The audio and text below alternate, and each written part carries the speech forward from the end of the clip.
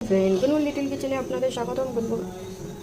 তো আজকে আমরা আলুর দম বানাবো। আলুর দমের জন্য পেঁয়াজ কুচি, আদা, রসুন, লঙ্কা সব নিয়ে নিয়েছি। এগুলো আমি পেস্ট করে নিচ্ছি। জিরে ফোড়ন দিয়ে আর পেঁয়াজগুলো দিয়ে দিলাম।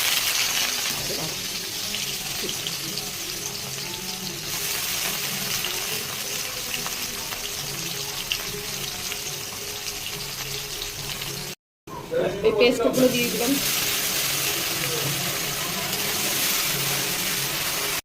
দিয়েছি হলুদ, নুন, লঙ্কার গুঁড়ো। আলুগুলোকে তেলটা ছেড়ে এসছে, আলুগুলো দিয়ে দিলাম।